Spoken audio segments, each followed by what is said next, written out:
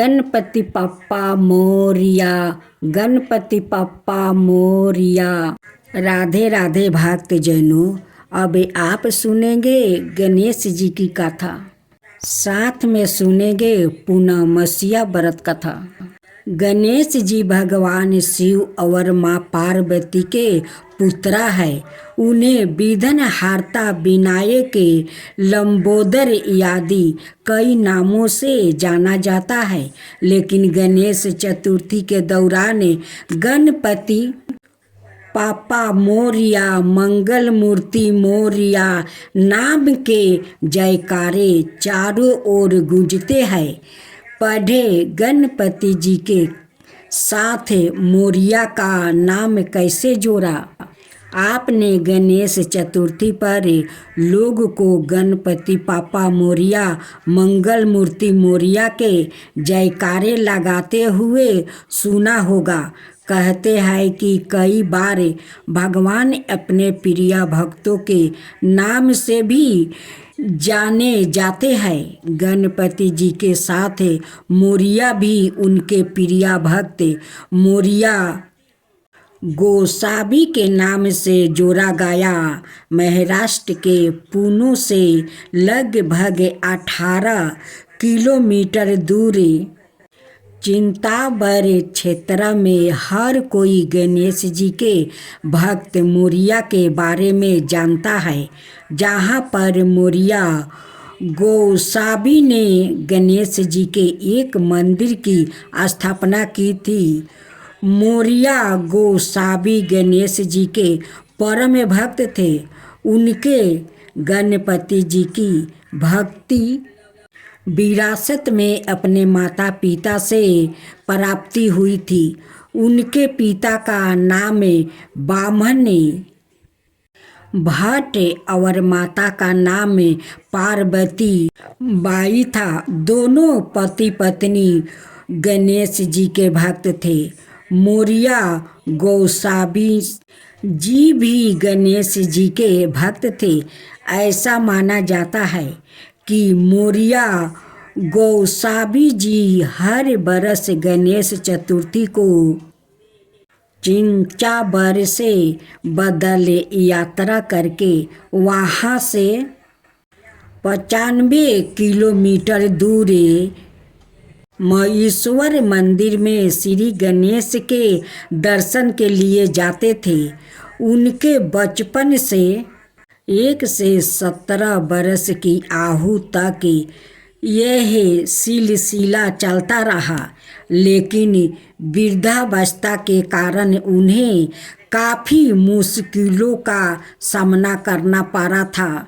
एक दिन गणपति जी ने उनको सपने में दर्शन देकर कहा कि जब तुम प्रातःकाल नदी पर स्नान करने जाओगे तो तुम्हें एक प्रतिमा मिलेगी। अगले दिन जब वो स्नान करने गया तो उन्हें सपने में जैसे स्वरूप के गणपति जी ने दर्शन दिए थे वैसा ही मूर्ति मिली। मोरिया गोसावी जी ने उस मूर्ति को लेकर चिंताबर में ही स्थापित कर दिया और उसकी पूजा अर्चना करने लगा। समय के साथ चिंताबर मंदिर की लोकप्रियता बढ़ने लगी और दूर दूर से भक्त गणपति जी के दर्शन करने आने लगे। भक्ति गणपति जी का दर्शन करने के पश्चात उनके प्रिय भक्त का आशीर्वाद लेते। ऐसा माना जाता है कि भक्त उन्हें गणपति मोरिया कहते और वो अपने भक्तों को मंगल मूर्ति कहते।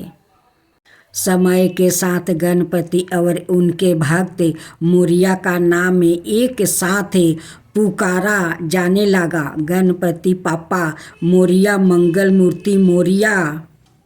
अब दूसरा गणेश जी की कथा। गणेश जी जब अपने भक्त के नौकर बन गया एक बार गणेश जी को भूख लगी तो उन्होंने एक सेठ के खेत से अनाज के कुछ दाने चोरी करके खा लिया। बाद में गणेश जी के मन में पछतावा हुआ तो वो पश्चाताप के रूप में सेठ के घर पर नौकर बनकर नौकरी करने लगा। एक दिन सेठ की पत्नी राख से हाथ धोने लगी तो गणेश जी ने उसके हाथ पकड़कर मिट्टी से धुला दिया। पर योग में एक समय की बात है कि दशोदा जी ने कृष्णा से कहा, हे कृष्णा, तुम सारे संसार के उत्पन्न करता पोषण हो और उसके संहार करता हो। आज कोई ऐसा व्रत मुझसे कहो जिसके करने से मृत्यु लोक में स्त्रियां को विधवा होने का भय ना रहे और यह व्रत सभी मनुष्यों की मनोकामना पूर्ण करने वाला हो। श्री कृष्णा कहने लगे, हे माता, तुमने अति सुंदर प्रश्न किया है। मैं तुमसे ऐसे ही व्रत को विस्तार कहता हूँ। सौभाग्य की प्राप्ति के लिए स्त्रियों को द्वात्रित अर्थात 32 पूर्णिमाओं का व्रत करना चाहिए। इस व्रत को करने से स्त्रियों को सौभाग्य संपत्ति मिलती है। यह व्रत अचल सौभाग्य को देने वाला है। भगवान शंकर के प्रति मनुष्य मात्रा की भांति को बढ़ाने वाला है। दशोदा जी कहने लगी, हे कृष्णा, सर्वप्रथम इस व्रत को मृत्यु लोक में किसने किया था, इसके विषय विस्तार पूर्वक मुझसे कहो। श्री कृष्णा जी कहने लगे कि इस भूमिमंडल पर एक अत्यंत प्रसिद्ध राजा चंद्रहास से पालित अनेक प्रकार के रत्नों से परिपूर्ण कार्तिका नाम की एक नगरी थी। वहाँ धनेश्वर नाम का एक ब्राह्मण था और इसकी स्त्री अति सुशील रूपवती थी। दोनों ही उस नगरी में बड़े प्रेम से साथ रहते थे। घर में धन धनाए आदि की कोई कमी नहीं थी। उनको एक ही बड़ा दुख था, उनका कोई संतान नहीं थी, जिस वजह से वो बहुत दुखी रहते थे। एक दिन एक बार तपस्वी योगी उस नगरी में आया। वो योगी बाकी सभी घरों से भिक्षा मांगकर भोजन किया करता था, लेकिन उस ब्राह्मण के घर से भिक्षा नहीं मांगा करता था। एक दिन योगी गंगा किनारे भिक्षा मांगकर प्रेम पूर्वक खा रहा था कि धनेश्वर ने योगी को यह सब करते देख लिया। सब कार्य किसी प्रकार से देख लिया। अपनी भिक्षा अनादर से दुखी होकर धनेश्वर योगी से बोले, और सभी घरों से भिक्षा लेते हैं, परंतु मेरे घर की भिक्षा कभी नहीं लेते हैं, इसका कारण क्या है? योगी कहने लगा कि आपके धर्म में हमें इस बात की आज्ञा नहीं देता है, क्योंकि अभी आप गृहस्थ जीवन में एक सुख से वंचित है। आपके घर संतान होने पर मैं आपके घर से भिक्षा स्वीकार कर लूँगा। उन्होंने कहा कि जिसे संतान नहीं है उसके घर से भिक्षा लेने से मेरे भी पतित हो जाने का भय है। धनेश्वर यह सब बात सुनकर बहुत दुखी हुआ और हाथ जोड़कर योगी के पैरों पर गिर पड़ा और दुखी मन से कहने लगा कि आप मुझे संतान प्राप्ति के उपाय बताइए। आप सर्वज्ञान है, मुझ पर अवश्य ही यह कृपा कीजिए। धन की मेरे घर में कोई कमी नहीं है, लेकिन मैं संतान ना होने के कारण अत्यंत दुखी हूँ। आप मेरे इस दुख का हरण कीजिए। यह सुनकर योगी कहने लगे, तुम डंडी की आराधना करो। घर पहुंचकर उन्होंने यह सारी बात अपनी पत्नी को बताई और खुद वन में चला गया। वन में पहुंचकर उसने डंडी की आराधना की और उपास की। चंडी ने 16 दिन उसको सपने में दर्शन दिया और कहा कि हे धनेश्वर, जा तेरे पुत्रा होगा, लेकिन उसकी आयु सिर्फ 16 बरस होगी। 16 बर की आयु में ही उसका मृत्यु हो जाएगी।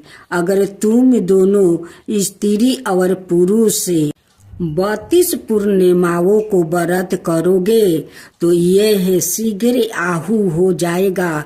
जितनी तुम्हारा समर्थ हो उतने आचे के दिए जलाकर शिव जी का पूजन करना, लेकिन पूर्णमासी 32 होनी चाहिए। सुबह होती ही तुम्हें इस स्थान के पास एक आम का पेड़ दिखाई देगा। उस पर चढ़कर एक फल तोड़कर अपने घर चले जाना। अपनी स्त्री का इस बारे में बताना। सुबह स्नान होने के बाद वो स्वच्छ होकर शंकर जी का ध्यान करके उस फल को खा लिया। तब शंकर भगवान की कृपा से उसको गर्भ हो जाएगा। जब ब्राह्मण सुबह उठा तो उसे उस स्थान पर आम का पेड़ दिखाई दिया और वो उस फल को तोड़ने के लिए चढ़ा, लेकिन वहाँ पेड़ पर चढ़ नहीं पा रहा था। यह देखकर उसे बड़ी चिंता हुई। उसने भगवान गणेश की उपासना की और कहा, हे दया निधे, अपने भक्तों के विघ्नों का नाश करके उनके मंगल कार्य को करने वाले, दृष्टि का नाश करने वाले, रिद्धि सिद्धि देने वाले आप मुझे इतना बल दे कि मैं अपनी मनोकामना पूरी कर सकूं। इसके बाद वो पेड़ से फल तोड़ कर अपनी पत्नी के पास पहुंचा। उसकी पत्नी ने अपने पति के कहे अनुसार इस फल को खा लिया और वो गर्भवती हो गई। देवी की कृपा से उसे बहुत सुंदर पुत्र पैदा हुआ। उनका नाम उन्हें देवी दास रखा। माता पिता के हर्ष और शोक के साथ वो बल बढ़ने लगा।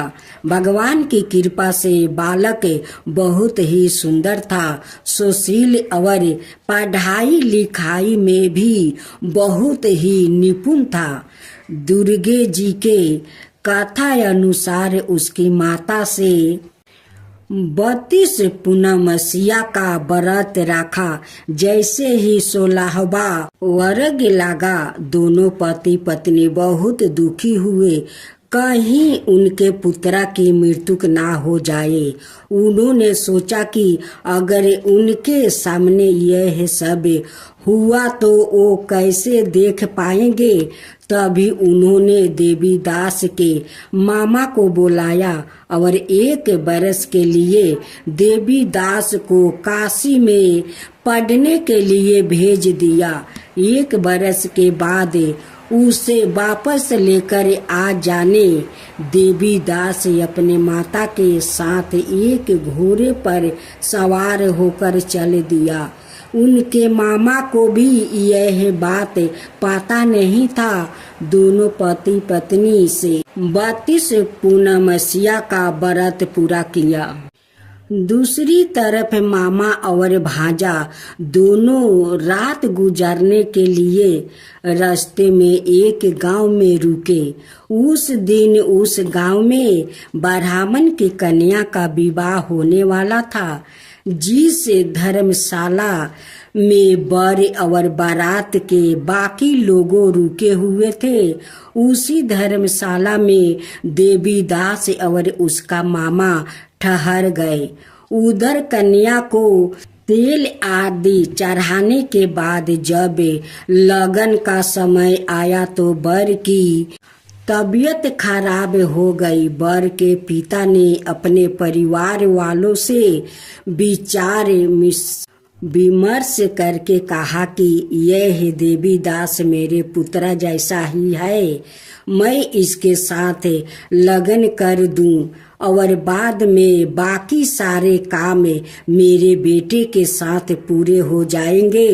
ऐसे कहने के बाद बर के पिता देवीदास को मांगने के लिए उसके मामा के पास गया और उन्हें सारी बात बताई। मामा ने कहा कि कन्यादान में जो कुछ भी मिलेगा वो हमें दे दिया जाएगा। बर के पिता ने बात स्वीकार कर लिया। उसके बाद देवीदास का विवाह कन्या के साथ संपन्न हो गया। इसके बाद वो अपनी पत्नी के साथ भोजन ना कर सका और मन में विचार करने लगा कि ना जाने यह किसकी पत्नी होगी। यह सोचकर उसकी आंखों में आंसू आ गया। तब वधू ने पूछा कि क्या बात है, आप उदास क्यों है? तब उसने सारी बातें पत्नी को बता दिया। तब कन्या कहने लगी, यह ब्रह्म विवाद के विपरीत है। आप ही मेरे पति है, मैं आपकी पत्नी रहूंगी, किसी अन्याय की कभी नहीं। तब देवीदास ने कहा, ऐसा मत करिए, क्योंकि मेरी आहु बहुत कम है। मेरे बाद आपको क्या होगा? लेकिन उसकी पत्नी नहीं मानी और बोली, स्वामी आप भोजन कीजिए। दोनों रात में सोने के लिए चले गए। सुबह देवीदास ने पत्नी को 4 नागों से जोड़ी एक अंगूठी दिया और एक रुमाल दिया और बोला कि हे प्रिया, इसे लो और संकेत समझ कर अस्थिर चित हो जाओ। मेरे मरण और जीवन जानने के लिए एक पुष्पा बटिका बना लो। उसमें सुगंधी वाली एक नौ मलिका लगा लो। उसको प्रतिदिन जल से सींचा करो और आनंद के साथ खेलो कूदो। जिस समय और जिस दिन मेरा प्रांत होगा उस दिन यह फूल सूख जाएगा। जब यह फिर से हरे हो जाए तो जान लेना मैं जीवित हूँ। यह समझ कर वो वहाँ से चला गया। इसके बाद जब बर और बाकी बारातियों मंडप में आया तो कन्या ने उसे देखकर कही कि मेरा पति नहीं है, मेरे पति वो है जिनके साथ रात में विवाद हुआ था, उसके साथ मेरा विवाह नहीं हुआ है। अगर यह वो ही है तो यह बताए कि मैंने इसके क्या दिया है। साथ ही कन्यादान के समय को आभूषण मिले। उन्हें दिखाई कन्या की यह सारी बातें सुनकर वो कहने लगा कि मैं यह सब नहीं जानता।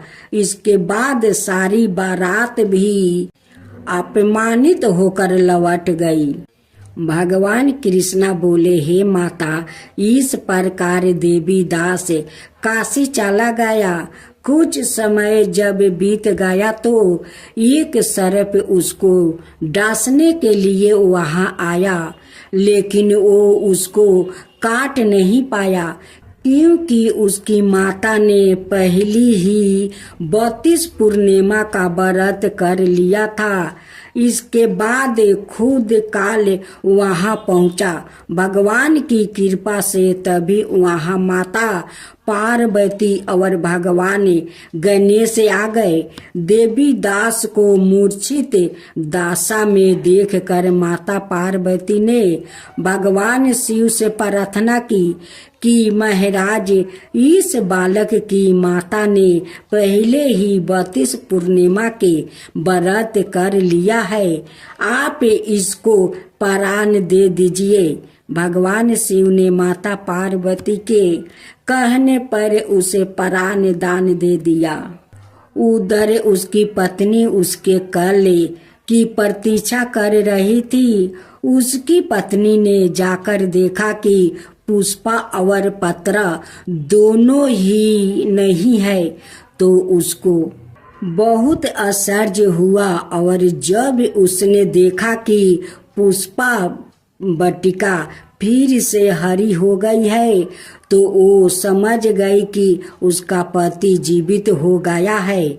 इसके बाद वो बहुत ही प्रसन्न होकर अपने पिता से कहने लगी कि मेरे पति जीवित है, उनको ढूंढिए। जब 16वां बरस व्यतीत हो गई तो देवी दास भी अपने मामा के साथ काशी चल दिया। इधर उसकी पत्नी के परिवार वाले उन्हें ढूंढने के लिए जा रहे थे कि उन्होंने देखा कि देवी दास और उसका मामा उधर ही आ रहे थे। उसको देखकर उसके ससुर बहुत प्रसन्न हुआ और उसे अपने घर ले आया। वहाँ सारा बगर इकट्ठा हो गया। कन्या ने भी उसे पहचान लिया। देवी दास ने इसके बाद अपनी पत्नी और मामा को लेकर वहाँ से चल दिया। उसके ससुर ने भी उसे बहुत धन दहेज दिया। जब वो अपने घर की तरफ चल रहा था तो उसके माता पिता को लोगों ने खबर कर दिया, तुम्हारा पुत्र देवी दास अपनी पत्नी और मामा के साथ आ रहा है। ऐसा समाचार सुनकर पहले तो उन्हें विश्वास नहीं हुआ, लेकिन जब देवी दास आया और उसने अपने माता पिता को पैर छूकर तो देवी दास के माता पिता ने उनका माथा चूमा और दोनों को अपने सीने से लगा लिया। दोनों के आने की खुशी में धनेश्वर ने बहुत दान दक्षिणा ब्राह्मणों को दिया। श्री कृष्णा जी कहने लगे कि इस तरह धनेश्वर को 32 पूर्णिमा को व्रत के प्रभाव से संतान प्राप्ति हुआ। जो स्त्रियां इस व्रत को करती है वो जन्म जन्मांतरों तक विधवा का दुख नहीं भोगती है और सदाए सौभाग्यवती रहती है। यह मेरा वचन है। यह व्रत संतान देने वाला और सभी मनोकामनाओं को पूरा करने वाला है।